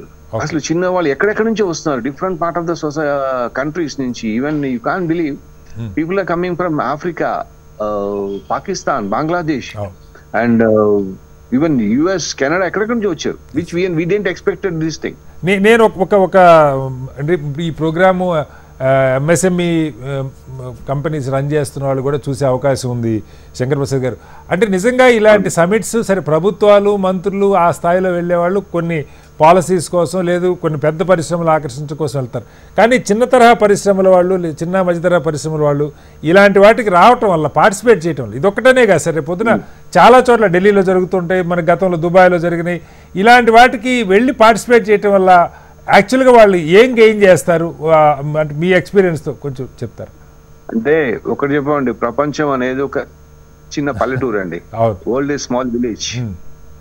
ఇప్పుడున్న marketing, whatever geopolitics అవుతున్న వాట్ ఎవర్ ప్రపంచం మార్కెటింగ్ చూసుకుంటే everything we have to connect అండి. ఇప్పుడు మనకి ఇక్కడ one of the main reason మనం ఎస్ఎంఈ ప్రోడక్ట్స్ ని మనం ఎక్స్పోర్ట్ చేయలేకపోతున్నాం అంటే we are not able to get the quality of the products. Precision engineering అనేది మనం తీసుకురాలేకపోతున్నాం. ఇందాక అమర్కవి గారు అన్నారు మన ఇన్వెన్షన్స్ కానీ ఇవన్నీ they are head of us. ఆ క్వాలిటీ ఇంజనీరింగ్ కూడా. సో ఇవన్నీ ఏంటంటే ఒకసారి మీరు మన ఎంటర్ప్రినర్స్ కానీ మన ఇండస్ట్రీలో వచ్చి ఇక్కడ వాళ్ళతో ఎంటర్ కావటం వల్ల ఏంటంటే we'll be know what is happening across the world. మనమేమో మన దగ్గర భూపస్థ మండలంలో కాకుండా బయటకు వెళ్ళేసరికల్లా ప్రపంచంలో ఏమైతుంది, టెక్నాలజీ ఎక్కడికి వెళ్తుంది. బికాస్ నిన్నది అయిపోయిందండి, ఇవాళ అయిపోవచ్చింది. రేపు ఏం కావాలి అది మనం చూడాలి. జస్ట్ యాడ్ 2 cents అండి, జస్ట్ జంపింగ్ ఇన్. చెప్పండి. యాక్చువల్లీ మీరు అన్న వెరీ గుడ్ పాయింట్ మీరు చెప్పారు. అసలు ఏంటి కంట్రిబ్యూషన్, ఇంటర్నేషనల్ రిలేషన్షిప్స్, పార్ట్నర్షిప్స్ వల్ల, కొలాబరేషన్స్ వల్ల అడ్వాంటేజ్ ఏంటంటే ఫస్ట్ ఆఫ్ ఆల్ మీకు టెక్నాలజీ ట్రాన్స్ఫర్ అనేది ఒకటి చేసుకోవచ్చు. అమర్ గారు ఒక్క నిమిషం అండి, నేను ఎగ్జిటింగ్ అండి. I just go to inside. Shankar Prasad garu అవకాశం ఉంటే మీరు మళ్ళీ జాయిన్ అయినా సంతోషం sir. We need your valuable input Shankar Prasad garu. Program will continue up to 8 o'clock. yes sir. మళ్ళీ వస్తాను. అమర్కవి గారు మీ దగ్గరికి వచ్చి శ్రీరామ్ గారు మీరు ఇప్పుడు శంకర్ ప్రసాద్ గారు అలాగే అమర్కవి గారు చెప్పినవి కూడా విన్నారు. ఒక పాయింట్ రామన్ గారు కోట్ చేసింది, ఇవాళ టెక్నాలజీ చాలా వేగంగా మారుతున్న క్రమంలో ముఖ్యంగా అన్ని రంగాల్లో పెనట్రేట్ అయిపోతూ అటు మ్యాన్ పవర్ని తగ్గిస్తుంది, రిసోర్స్ని తగ్గిస్తుంది, డెలివరీ టైంని ఇంకా లెస్ టైంలో కరెక్ట్ ప్రోడక్ట్ని డెలివరీ చేయడానికి యాక్యురసీ, ఇలా చాలా అడ్వాంటేజ్ ఉన్నాయి. అలాగే శంకర్ ప్రసాద్ గారు చెప్పారు కామన్ ఫెసిలిటీస్ అని. నిజంగా నేనైతే ఇప్పటివరకు వినలా, ఎవరి కష్టాలు వాళ్ళు పడుతుంటారు. కానీ మన దగ్గర 10 మందికి అవసరమైన ఒక ఎక్విప్మెంట్ ఒక చోట పెట్టుకొని దాన్ని షేర్ చేసుకునే, అంటే ఇలాంటివి ఉపయోగించుకోవటంలో కానీ ఆ టెక్నాలజీ పరంగా అప్డేట్ కావటం కానీ లేదు, కామన్గా షేర్ చేసుకునే ఫెసిలిటీ కానీ. రెండవది ఇలాంటి సదస్సులు ఇప్పుడు హెచ్ఎంటీవీ 3 రోజుల నుంచి నిరంతరాయంగా దీన్ని కవర్ చేస్తుంది శ్రీరామ్ గారు. అంటే ఒక ఇక్కడ చిన్నతర పరిశ్రమల వాళ్ళకి ఒక ఎక్స్పోజర్ ఇచ్చేటువంటి ప్రయత్నం చేస్తూ ఉంది. బహుశా మీరు గతంలో ఇలా జరిగిన వాటికి చాలా వాటికి నిజంగా ఏ మేరకు అవి ఎంతో కొంత అయినా సరే యూజ్ అవుతాయా? చిన్న మధ్యతర పరిశ్రమవేత్తలు ఇలాంటి సదస్సుల్లో వీటిలో పార్టిసిపేట్ చేయడం వల్ల ఎలాంటి లాభాలు ఉంటాయి? ఇక్కడ రెండు విషయాలండి. ఎప్పుడైనా ఇంటరాక్షన్ అనేది ఎప్పుడు ఉపయోగపడుతుంది. మనం హైదరాబాద్ లో కానీ ఇండియాలో కూడా సెక్టార్ స్పెసిఫిక్ కానీ మిషన్ టూల్స్ కానీ డిఫెన్స్ కానీ బయోజెసి కానీ ఇవన్నీ గ్లోబల్ ఈవెంట్స్ మనము చేస్తున్నాము. ఇదేమిటంటే ఒకటేంటంటే ప్రపంచంలో ఏం జరుగుతుందో అవగాహన వస్తుంది, అక్కడకు వచ్చిన వాళ్ళతో ఇంటరాక్షన్ పెరుగుతుంది. అవి they will result more in technology partnership and business partnership జరుగుతూ ఉంటాయి. అందువల్ల ఇది ఉపయోగపడదు అనేది ఏముండదు. డెఫినెట్ గా ఇప్పుడు మనకు ఒక కస్టమర్ దగ్గరికి వెళ్ళాలంటే చాలా టైం పడుతుంది, తెలిసిందో వెళ్తుంది. అలాగే ఒక ప్లాట్ఫామ్ లో అందరూ కలిసినప్పుడు ఏంటంటే ఎవరు ఏంటి వాళ్ళ యొక్క ఫెసిలిటీస్ ఏమున్నాయి దాన్ని బట్టి మాట్లాడుకున్నప్పుడు బిజినెస్ అవగాహన రావడానికి that's how becoming a large village. చిన్న మన దగ్గర నుంచి ఎక్స్పోర్ట్స్ కానీ పార్ట్నర్షిప్స్ కానీ ఇట్లాంటి సదస్సులో సహజంగా జరుగుతుంది. దావోస్ అనేది ఏంటంటే ప్రపంచవ్యాప్తంగా ఉన్నటువంటి వాటిని చేస్తుంది కాబట్టి సో ఇప్పుడు ఎస్ఎంఈ అట్లా ఎస్ఎంఈ సెక్టార్ ఇంపార్టెంట్ కాబట్టి దావోస్ లో కూడా ఎస్ఎంఈకి ఇవాళ ప్రత్యేకమైన సదస్సు జరుగుతాం. ఎందుకంటే ఎస్ఎంఈ మీరు ఇందాక చెప్పినట్టు ఏంటంటే ఒక ఎంప్లాయ్మెంట్ కానీ జీడిపిలో కానీ ఎక్స్పోర్ట్స్ లో కానీ anywhere between 35 to 40% in between SME sector contribute చేస్తుంది, ఇంక్లూడింగ్ ఎంప్లాయ్మెంట్ కూడా. అందువల్ల ఇది చాలా ప్రాధాన్యమైనటువంటి రంగం. ఇది పెరిగితే అంటే ఒకప్పుడు ఏంటంటే మీకు ఉదాహరణ చూసుకుంటే ఒకప్పుడు ఇంతకుముందు హెచ్ఏఎల్ మొత్తం లోపల తయారు చేసుకునేవాడు. ఇప్పుడు ఏంటి హెచ్ఏఎల్ లాంటిది air craft only final integration చేస్తారు. ఆ ఇంటిగ్రేషన్ కూడా లోపల ప్రైవేట్ కంపెనీలు ఇంటిగ్రేట్ చేస్తున్నాయి. అంటే ఈ సప్లై చైన్ ఏంటంటే వెండర్స్ మనం మాట్లాడుతుంటే ఈ వెండర్ బేస్ ఏంటంటే technology based cluster based develop చేయడం అనేది గ్లోబల్ జరుగుతుంది. లైక్ అది ప్రపంచాన్ని మీరు ఫర్ ఎగ్జాంపుల్ చూసుకున్నట్టయితే హుండాయ్ ఇక్కడికి వచ్చినప్పుడు హుండాయ్ సంబంధించినటువంటి సబ్ కాంట్రాక్ట్స్ అందరిని కూడా వాళ్ళు ఇక్కడ తీసుకొచ్చారు. ఎందుకంటే success of any major product depend supply chain, ఎందుకంటే ఆ మెచ్యూరిటీ ఉండాలి. అట్లనే ఇప్పుడు మీరు హైదరాబాద్ లో చూసుకుంటే డిఫెన్స్ ప్రొడక్ట్స్ అన్ని 80% ప్రైవేట్ కంపెనీలే తయారు చేస్తున్నాయి. సో బీడిఎల్ కానీ ఇవి కానీ మెయిన్ ఇంటిగ్రేషన్ లెవెల్ ఉన్నాయి. ఇప్పుడు ఉన్నటువంటి కొత్త ప్రాసెస్ లో ప్రైవేట్ కంపెనీలు కూడా మెయిన్ ప్రొడక్ట్స్ కూడా కంపీట్ అవుతున్నాయి. సో మీరు అడిగిన దానికి ఏంటంటే ఇలాంటి సదస్సులు ఎప్పుడు ఉపయోగపడతాయి. కాకపోతే ప్రభుత్వాలు ఏం చేయాలనంటే ఈ సెమినార్లు కండక్ట్ చేయడం ఒకటే కాకుండా నిత్యము ఇట్లా ప్రభుత్వంలో ఉన్నటువంటి మినిస్టర్ కానీ సెక్రటరీస్ కానీ సలహాదారులు కానీ ఇండస్ట్రీ తోటి ఇంటరాక్షన్ ఎక్కువ పెంచుకోవాలి. ఏదో సదస్సులో వచ్చి ఇంటరాక్ట్ అయిపోతే అవ్వదు, సరిపోదు. ఎందుకంటే ఇంతకు ముందు 10 ఏళ్ల క్రితం వరకు ప్రభుత్వ మెకానిజం అది బ్యూరోక్రాట్స్ కావచ్చు, మినిస్టర్లు కావచ్చు, ఇండస్ట్రీ ఛాంబర్స్ తోటి కానీ క్లస్టర్స్ తోని ఎక్కువ ఇంటరాక్షన్ ఉండేది. ఇప్పుడు అది చుక్కల చంద్రులాగా ఎప్పుడు కలుస్తారో తెలియదు.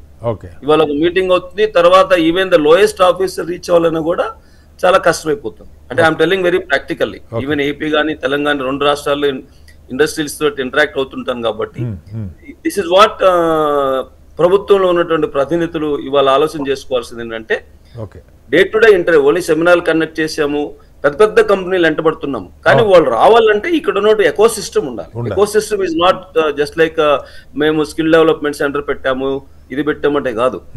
ఇక్కడ ఉన్నటువంటి సప్లై చైన్ కి ఉపయోగపడేటువంటి ఇండస్ట్రీని మనము క్రియేట్ చేస్తున్నామా, వాళ్ళకి వాళ్ళకి అవసరమైనవి చేస్తున్నామా లేదా అనేది ఒక ఉదాహరణ చెప్తాను నేను. హైదరాబాద్ లో డిఫెన్స్ అంటే స్పేస్ కి ఉన్నాయి. మేము 2005-06 లో ఆఫ్సెట్ పాలసీ తీసుకొచ్చింది, డిఫెన్స్ ఆఫ్సెట్ పాలసీ. అంటే దాని అర్థం ఏంటంటే ఏ మేజర్ కాంట్రాక్ట్ ఇండియా నుంచి వెళ్తుంటే బయట దేశాలకి వాళ్ళు 30% ఇండియాలో ప్రొక్యూర్ చేసుకోవాలి. అప్పుడు మొత్తం majority of the Indian industry working only for DRDO, BDL, HL. ఎవరికి కూడా ఒక కాంపోనెంట్ మించి ప్రొడక్ట్ చేసే అవగాహన లేదు.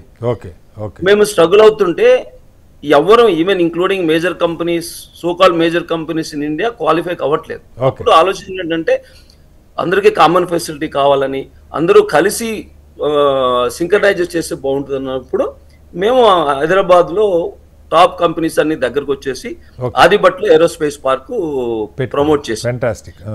ఆ ప్రాసెస్ లో టాటా అని మేము ఇక్కడ తీసుకురాగలిగాం.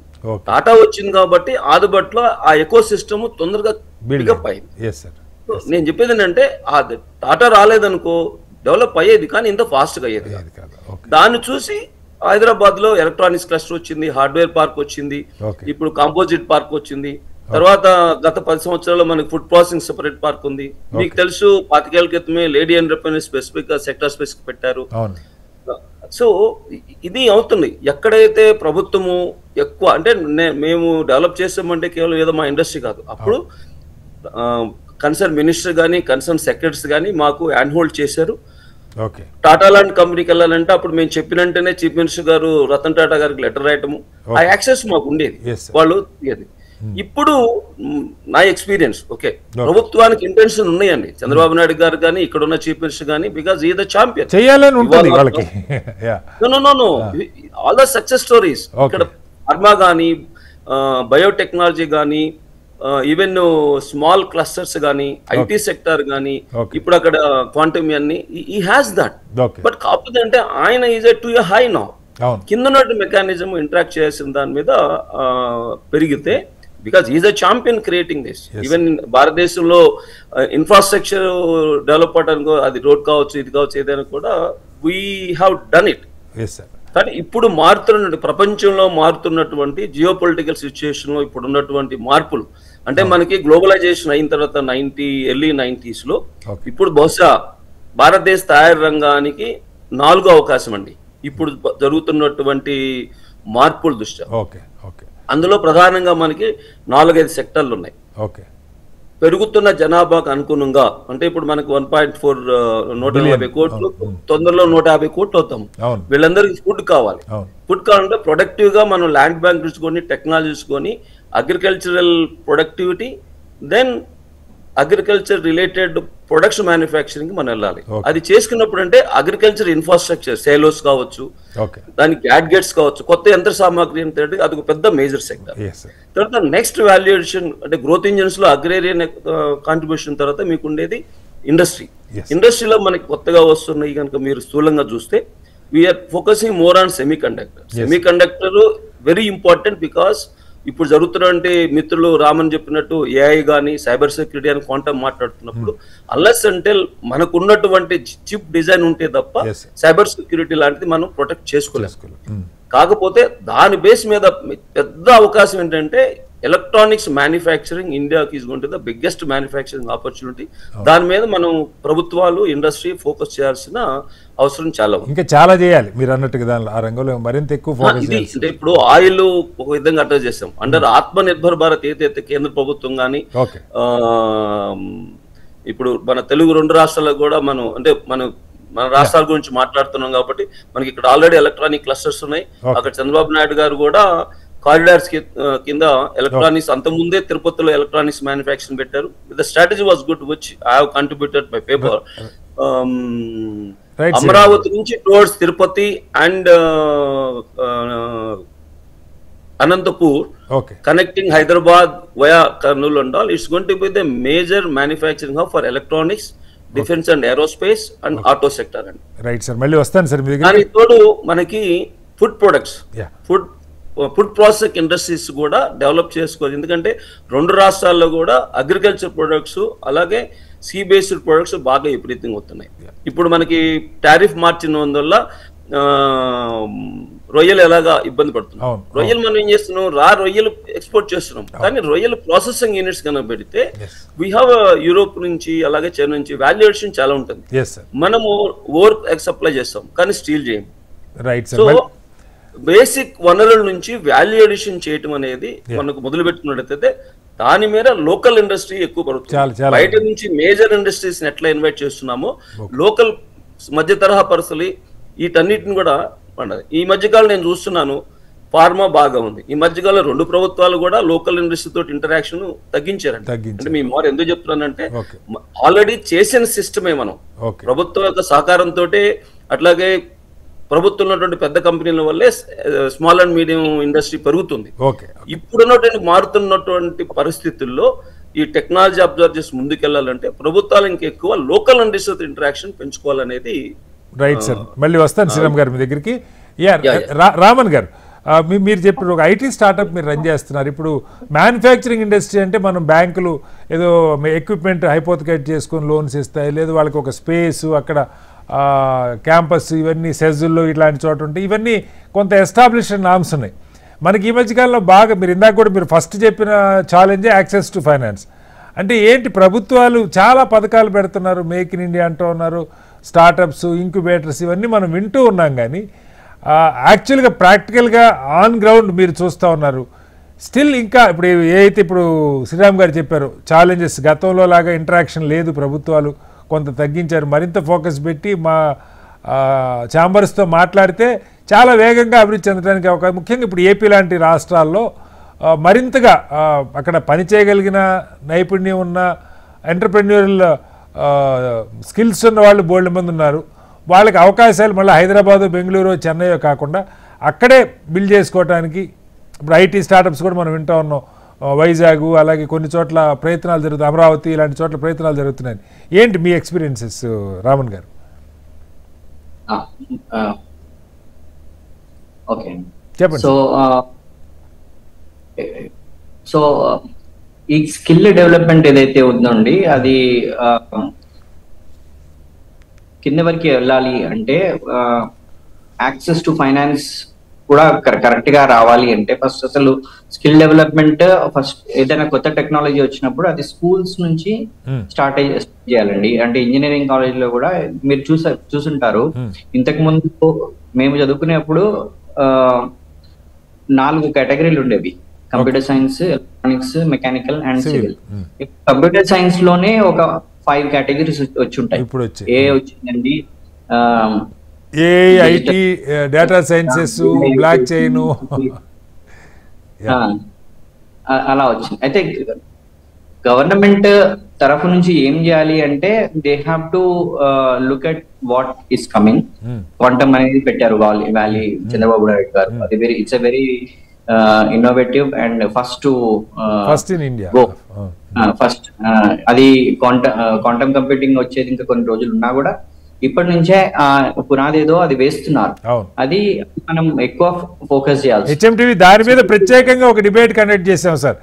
ఎప్పుడైతే చంద్రబాబు గారు ఇనిషియేటివ్ తీసుకున్నారో క్వాంటమ్ కంప్యూటింగ్ కి అవకాశాలు ఎలా ఉంటాయి, దాన్ని ఎలా ఒడిసిపట్టుకోవడం, గతంలో ఎట్లయితే హైదరాబాద్కి ఐటీని తీసుకురాగలిగామో అట్లా అమరావతికి క్వాంటమ్ కంప్యూటింగ్ హబ్గా మారాలంటే నిజంగా ఏం జరగాలి, ఒక ప్రత్యేకమైన చర్చ మేము పెట్టాం. ఫర్ యువర్ ఇన్ఫర్మేషన్ రామన్ గారు.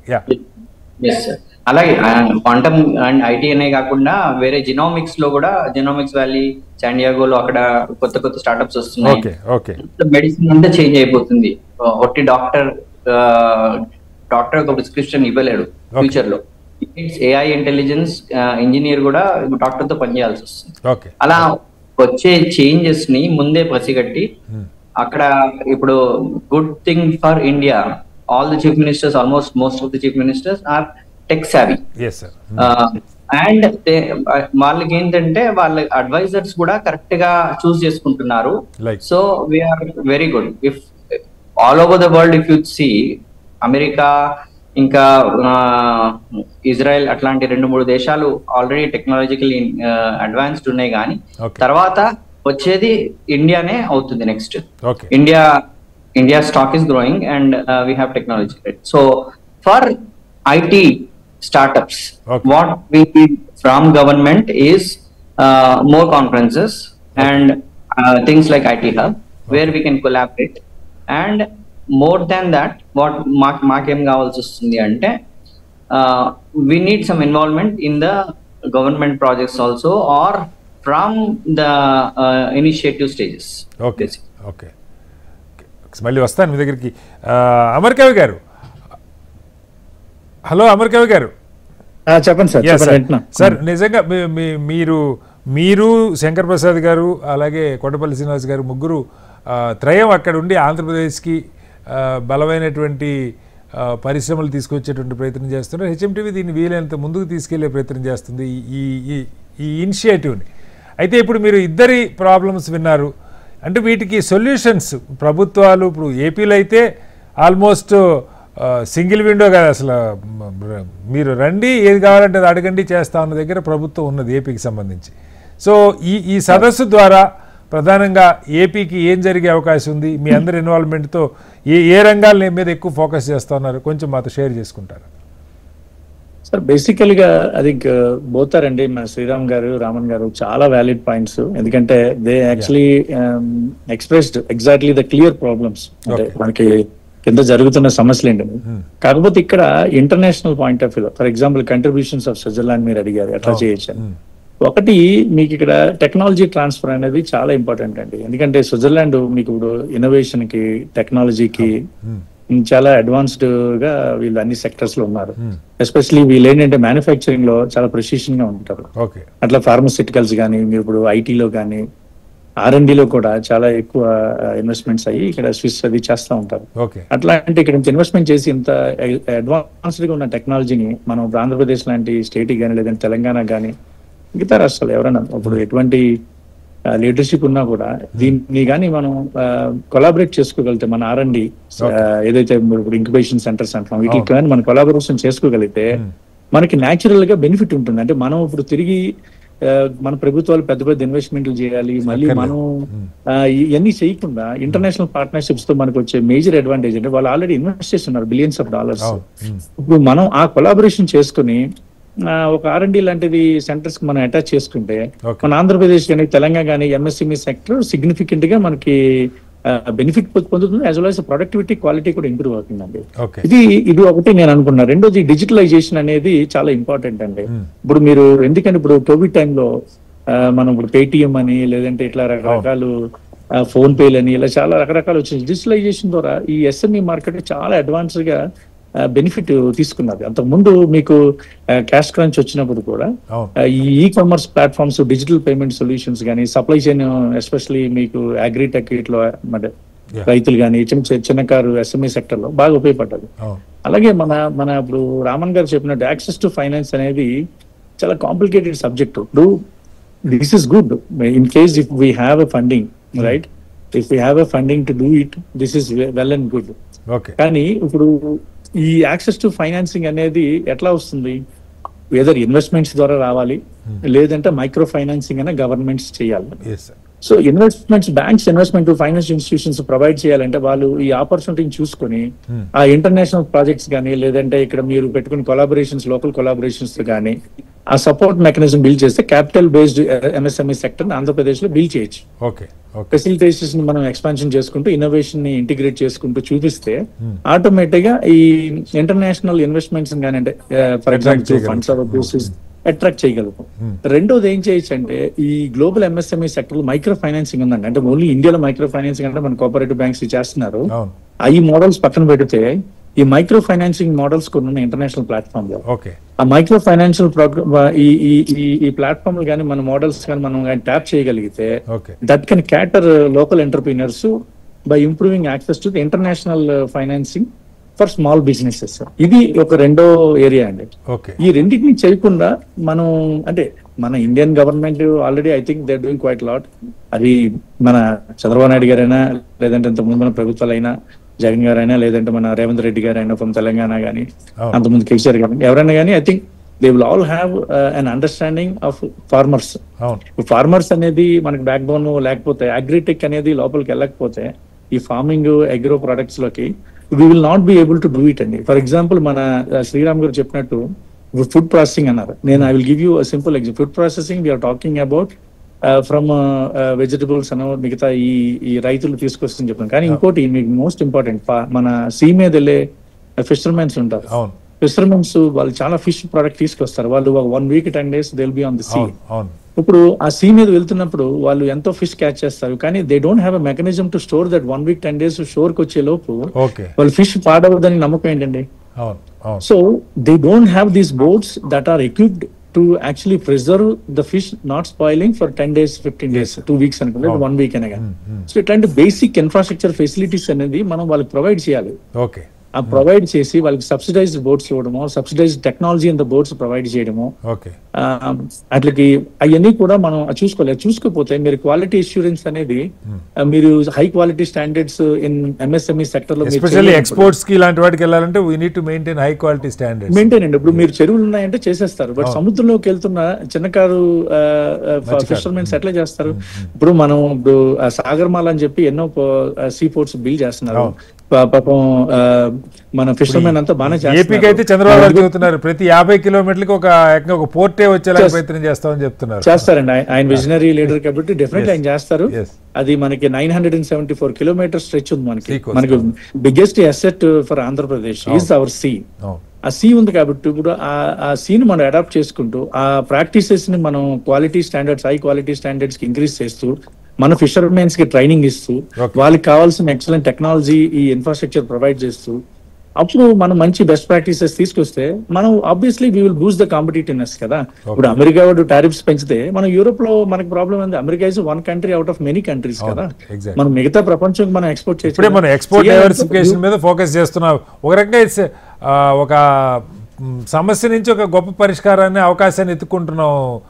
అమర్ గారు అంతే కదా, 100% అండి. ఎందుకంటే మనకి ఇప్పుడు సస్టైనబిలిటీ కూడా సెకండ్ పార్ట్ అండి. ఒకటి క్వాలిటీ అష్యూరెన్స్ తీసుకురావడం నెంబర్ 1. రెండోది సస్టైనబిలిటీ చాలా ఇంపార్టెంట్. ఎందుకంటే మన దగ్గర ఏమవుతుందంటే ఒకసారి ఇన్ఫ్రాస్ట్రక్చర్ మీద ఇన్వెస్ట్ చేస్తారు, లేదంటే ఒక పర్టికులర్ సెగ్మెంట్ మీద ఇన్వెస్ట్ చేసి దాన్ని మర్చిపోతారు. అది ఎలాగవుతుంది, దాన్ని ట్రాక్ చేయాలి. మనం అనుకున్న ఆ సస్టైనబుల్ ప్రాక్టీసెస్ ఫాలో అవుతున్నారా, లేదంటే are we moving more environmental friendly approaches అవుతున్నాయా, how we can leverage the existing infrastructure in a sustainable way. అంటే మనకు unique selling proposition market create చేయగలగాలి. ఒక పని చేస్తాను సార్ మీతోటి అమర్ గారు, ఇంటర్నేషనల్ మార్కెట్ చేయొచ్చండి బాగా. శ్రీరామ్ గారు, మీరు అక్కడ మనకి శంకర్ ప్రసాద్ గారు అమర్ గారు ఇద్దరు ఉన్నారు.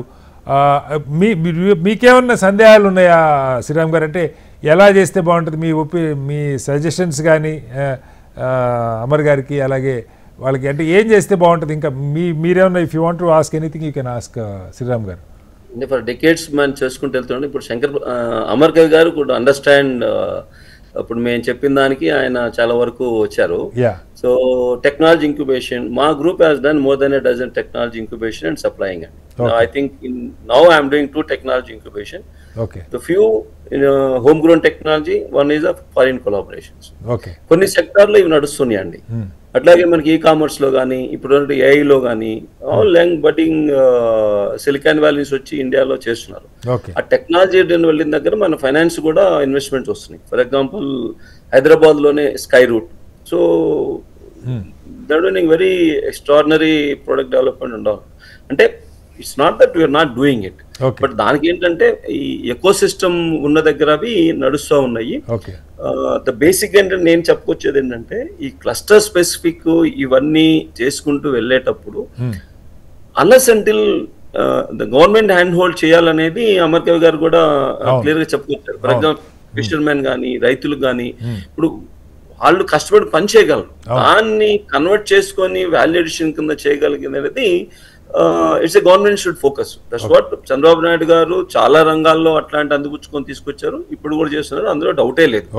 కానీ గ్లోబల్ ఇండస్ట్రీస్ ని ఎంతవరకు మనం తీసుకొస్తున్నామో, ఇన్వైట్ చేస్తున్నామో, అంత కంటే ఎక్కువ లోకల్ ఇండస్ట్రియల్ ఎంటర్‌ప్రెన్యూర్‌షిప్ అంటే వాళ్ళతో ఇంటరాక్షన్ మీరు చెప్తుంది మోర్ ఇంటరాక్షన్ తీసుకో ఎంటర్‌ప్రెన్యూర్ కావాలన్నప్పుడు అంటే independent entrepreneur is an ambition which is good. But కాకపోతే ఏ రంగాల్లో ఎంతమందిని ఈ statistics should not end up with caption అన్నమాట. ఎస్ డెఫినెట్ గా ఆయన తీసుకున్న విజన్ అన్ని రియలైజ్ చేశారు. బట్ ఐటీ రంగంలో అయినట్టు మ్యానుఫ్యాక్చరింగ్ రంగంలో కాదండి. అదొకటి మనం especially engineering manufacturing with emerging technology చూసుకున్నప్పుడు it's not that easy. It requires lot of capex అవసరం అవుతుంది. ఎందుకంటే క్యాపిటల్ ఎక్విప్మెంట్ తీసుకొని పెట్టాలంటే ఇప్పుడు గవర్నమెంట్ లో ఉన్న స్టార్ట్అప్ అందరూ everybody talk about 1 crore 5 crores వరకు ఒక మిషన్ రాదండి వాటితో. ఒక టెక్నాలజీస్ హైర్ చేసుకున్నాండి చెప్పడానికి చాలా చెప్తాము, బట్ ఇట్స్ నాట్ ప్రాక్టికల్ గా అంత ఈజీ. ఇప్పుడు డిఆర్డిఓ లాంటికి లక్షల కోట్లు ఫండ్ చేస్తారు, అదే ప్రైవేట్ ఇండస్ట్రీకి మేము అడుగుతా కనీసం ఒక ఆర్డర్ కన్ఫర్మ్ ఆర్డర్ ఇవ్వండి మేము డెవలప్ చేస్తామని. సో చెప్పినంత సులువుగా ఉండదు అనమాట. బట్ ఇప్పుడు నేను ఒక్కటేం చెప్పేది ఏంటంటే అంటే చైనా లాగా భారతదేశం చేయగలదా లేదని అంటే అక్కడ అడ్మినిస్ట్రేషన్ డిఫరెంట్. బట్ చైనా ఏ పద్ధతిలో డెవలప్ అయింది, it has become a global manufacturing hub over 2.5 decades. మన తర్వాత మొదలు పెట్టి వచ్చారు. It's not just like A dictator government అట్లా కాదండి.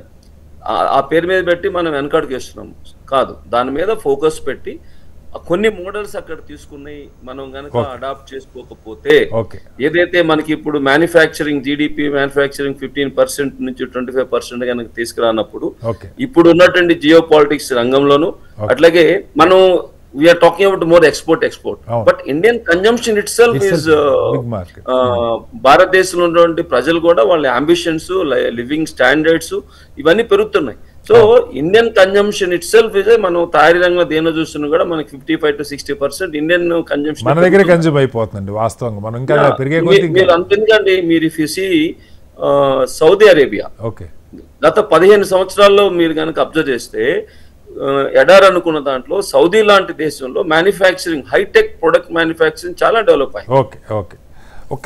Government of Saudi spend by 5 billion to prepare A report how to make Saudi Arabia as a manufacturing hub. When I visited 15 years back, it was going on. Now it's a reality see. అట్లాగే మనము ఇది జరగటం లేదు. For example 5 years క్రితము we have taken a call that defense exports should be $5 billion. Now more or less we are doing it. It is not that public sector so HAL supply చేసేది కాదండి. Most of the private companies are exporting high-tech defense and aerospace products for the global requirement. So, అవకాశం అక్కడ ఎందుకు వచ్చింది? Government focus చేసుకొని మన యొక్క విదేశాల్లో ఉండే ఎంబసీలు ఉన్నటువంటి డిఫెన్స్ అటాసిస్ పెట్టి వాళ్ళతోటి కోఆర్డినేట్ చేసినప్పుడు we were able to interact with the global companies and exporting it. తద్వారా మేము గ్లోబల్ టెక్నాలజీస్ కూడా ఇండియాలో ప్రొడక్ట్స్ మ్యానుఫ్యాక్చరింగ్ చేయడానికి తీసుకొచ్చి we are creating collaborative facilities in India. So అందువల్ల ఇక్కడ ప్రభుత్వము పెద్ద కంపెనీలు అట్లాగే చిన్న మధ్యతర కంపెనీలు అనుసంధానం చేసి చేయగలిగినటువంటి అవసరము చాలా ఉంది భారతదేశానికి. అవకాశాలు కూడా చాలా. రైట్ సార్ టైం అయిపోతుంది. ఆఖరికి అమర్కవి గారు మీరు ఎలాగో మంత్రి గారితో ఉన్నారు, ఇద్దరు నిపుణుల అభిప్రాయాలు మీరు విన్నారు. సో ఫైనల్గా కంక్లూడింగ్ రిమార్క్స్ ఏం చెప్తారు? లాస్ట్ 1 minute కన్క్లూజన్ ఏంటంటే మనకి ఒక 5 ఫోకస్ ఏరియాస్ అండి ఈ సెక్టర్. అంటే మనకి ఎంఎస్ఎంఈ సెక్టర్ లో ఒకటి అగ్రిటెక్ అంటే బోత్ ల్యాండ్ అండ్ సీ. ఇందులో మనం ఇన్నోవేషన్స్ ని తీసుకొచ్చి ఫైనాన్స్ తీసుకొచ్చి ఎట్లాగా మనం ప్రొడక్టివిటీ ఎన్హాన్స్ చేయాలి, ఎఫిషియన్సీ ఎన్హాన్స్ చేయాలి ఫార్మింగ్ ఆపరేషన్స్ లో. రెండోది ఎనర్జీ సెక్టర్ కూడా మన వెరీ వెరీ ఇంపార్టెంట్ అండి. ఎందుకంటే సోలార్ ఒకటి మనం ఎందుకంటే ఈస్ట్ కోస్ట్ లో ఉన్నాం కాబట్టి సోలార్ ఒకటి, విండ్ ఎనర్జీ మనకి 974 kilometers ఉంది కాబట్టి సో విండ్ ఎనర్జీని కూడా మనం బాగా అలైన్ చేసుకుంటూ ఆంధ్రప్రదేశ్ ని మన ఎనర్జీ సస్టైనబుల్ గోల్స్ ని డెవలప్ చేసుకోవచ్చు అండి. మూడోది స్ట్రాటజిక్ కొలాబరేషన్స్ చేసుకోవాలి. ఇప్పుడు మనం మీరు ఇందాక యూనివర్సిటీస్ గురించి చెప్పారు మన రామన్ గారు అలాగే మన శ్రీరామ్ గారు. ఎడ్యుకేషన్ రీసెర్చ్ ఇన్స్టిట్యూషన్ తోటి ఒక innovation promotion knowledge transfer centres లా పెట్టుకుని స్విట్జర్లాండే కాకుండా మిగతా దేశాలతో కూడా చేసుకుంటే ఒకటి అది డెవలప్ అవుతుందండి. తర్వాత లోకల్ ఇన్ఫ్రాస్ట్రక్చర్ డెవలప్మెంట్ అనేది చాలా ఇంపార్టెంట్. ఇందాక మన మిత్రులు చెప్పినట్టు ఇండస్ట్రియల్ పార్క్స్ కానీ లాజిస్టిక్స్ హబ్స్ కానీ ఈ క్లస్టర్ బేస్డ్ చేసుకోవాలి. ఎందుకంటే కొరియన్స్ చేస్తున్నట్టు చైనీస్ చేస్తున్నట్టు క్లస్టర్ బేస్డ్ లోని మన ఏదో గవర్నమెంట్ ఇవ్వకలేదు, మనం కూడా ఒక కోఆపరేటివ్ ఫార్మ్స్ లాగా కోఆపరేటివ్ అసోసియేషన్స్ లా ఫామ్ అయ్యి క్లస్టర్ చేసుకోవచ్చు. నాలుగోదండి పాలసీ అండి. ఒకసారి అండి పాలసీ బేస్డ్ కూడా సపోర్ట్. ఎందుకంటే ఈ ఫ్రేమ్ వర్క్స్ మార్చకపోతే మనకి ఈ ఇంటర్నేషనల్ కొలాబరేషన్స్ చేసుకున్న బేస్ కదండి. Access to easier licences, stream line regulations ఉండాలి, ఇన్సెంటివ్స్ ఇవ్వాలి, ఇన్నోవేషన్ లోని సస్టైనబిలిటీ ఉండాలి. నాలుగోది ఇప్పుడు మీరు గ్లోబల్ ఇప్పుడు ఎస్ఎంఈ కాన్ఫరెన్స్ ఎలా జరుగుతున్నాయో అలాంటిది ఒక నెట్వర్కింగ్ ఆపర్చునిటీస్ మరిన్ని చేసుకుంటూ లోకల్ గా ఇంటర్నేషనల్ గా చేసుకుంటే development for MSME sector is the key అండి. Right sir, fantastic sir. అద్భుతమైనటువంటి సలహాలు సూచనలు ఇచ్చారు. ఇండస్ట్రీ వర్గాలకు సంబంధించి పెద్ద పరిశ్రమలు తీసుకురాగలిగితేనే వాటి ద్వారా మరింతగా ఎస్ఎంఈలు అభివృద్ధి కావడానికి అవకాశం ఉందని ఒకటి చెప్తున్నారు. అలాగే యాక్సెస్ టు ఫైనాన్స్ ఒక మేజర్ ఛాలెంజ్గా ముఖ్యంగా ఐటీ స్టార్టప్ సంబంధించి వాళ్ళు చెప్తూ ఉన్నారు. ప్రభుత్వాలు ఫోకస్ పెట్టాల్సింది లోకల్ ఇన్ఫ్రాస్ట్రక్చర్, అలాగే ఎనర్జీ సెక్టర్, అగ్రిటెక్, అలాగే స్ట్రాటజిక్ కొలాబరేషన్స్ కూడా చాలా ఇంపార్టెంట్ అంటున్నారు. వీటితో పాటు పాలసీస్ వీటిని మోటివేట్ చేయడానికి, ఇన్సెంటివ్స్ ఇవ్వడానికి కూడా ప్రభుత్వాలు దృష్టి పెట్టాలి. ఒక దీర్ఘకాలిక దృక్పథంతో లాంగ్ టర్మ్ విజన్ తోటి ముందుకెళ్ళినట్టుగైతే చైనా పెరిగినట్టుగా ఒక 22-23 దశాబ్దాల్లో భారత్ అద్భుతంగా అందుకునే అవకాశం ఉన్నది. దానికి దూరదృష్టి గల నాయకత్వం, పరిశ్రమ వర్గాలతో మరింతగా ఇంటరాక్షన్ ఛాంబర్స్తో కూడా జరగాలని కూడా నిపుణులు చెప్తున్నారు. చర్చలో పాల్గొన్న శ్రీరామ్ గారికి, రామన్ గారికి, అలాగే అమర్కవి గారికి, ప్రత్యేకించి డాక్టర్ శంకర్ ప్రసాద్ గారికి ధన్యవాదాలు. ఇది వాళ్ళ బిగ్ డిబేట్. మరొస్తాం, మళ్ళీ కలుద్దాం. అందరికీ నమస్కారం, సెలవు.